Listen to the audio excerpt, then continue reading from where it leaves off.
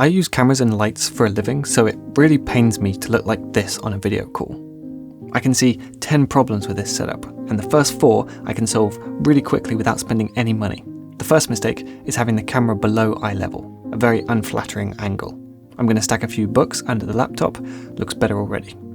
Next mistake are these weird shadows on my face, thanks to the windows on either side. I can easily improve the shadows by moving my laptop until my nose is pointed at something bright, like this window.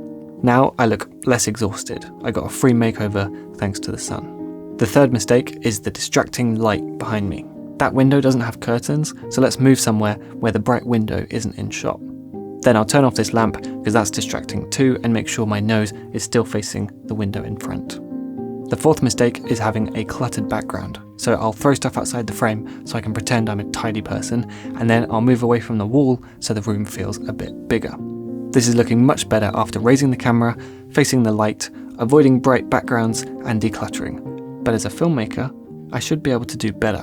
I can still see 6 things wrong with this setup, so I want to use some extra equipment to see how good we can make this look. Then I'm going to call someone and see if they mention how good the lighting looks.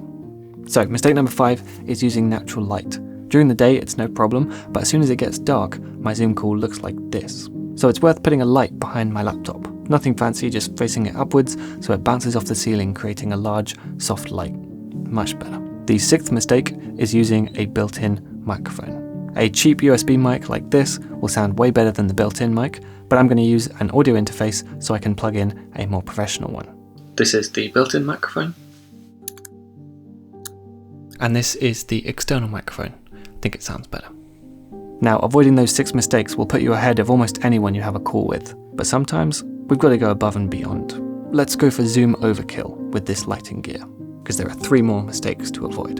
So when I look at this shot, I don't see any separation in our lighting. That's mistake number 7. Now that we're using lighting gear, I can move away from the window to find a nicer background, and then point this powerful light at the wall next to me.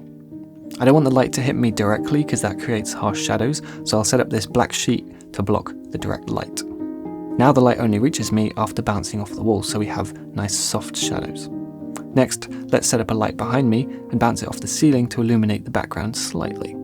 Then we can use a third light to bring out the green of this plant, and a fourth pointed at the back of my head to further separate me from the background. So here is the natural light of the room, and here's how it looks after adding 4 lights.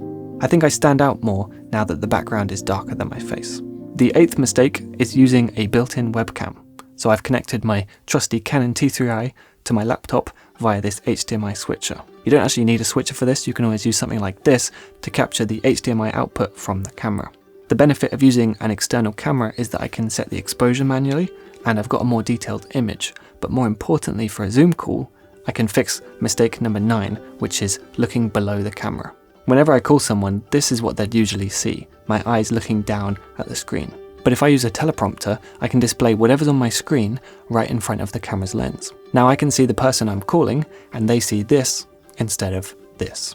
Now professional teleprompters are stupidly expensive, so I used this cheap one that's made for smartphones, and just unscrewed a piece from the bottom so that I can rig up a regular camera monitor below it. Now I have a cheap and versatile teleprompter. Last of all, mistake number 10 is kind of specific to my camera. The T3i doesn't output full screen video over HDMI, so I'll route it through the free software OBS to crop out the edges. Then I just start a virtual camera and tell Zoom to use that. I could even use OBS to cover up that annoying box that my camera insisted on sending through the HDMI feed. But now is time for the moment of truth. Has my hard work paid off?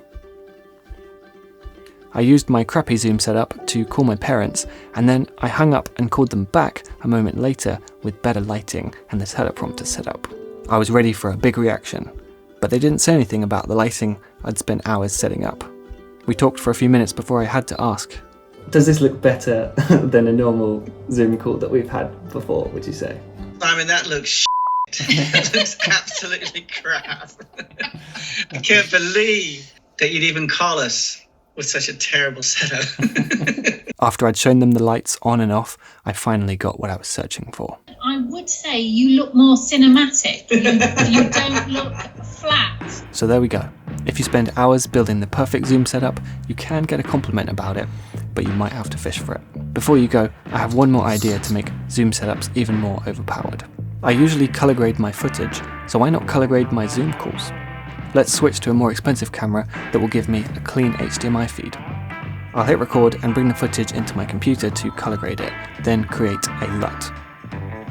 Now when I bring the color grading LUT into my camera, the HDMI feed has been color graded. So there we go, this is my Overkill Zoom call setup, only 2 years after Corona started. I don't even really know why I've done this, because Zoom calls are the worst. I usually prefer to call people. But anyway, thanks for watching, and a special thanks to the DSLR Guide patrons for enabling me to make more videos with less advertising. My name's Simon Cade, this has been DSLR Guide, and I'll see you next time.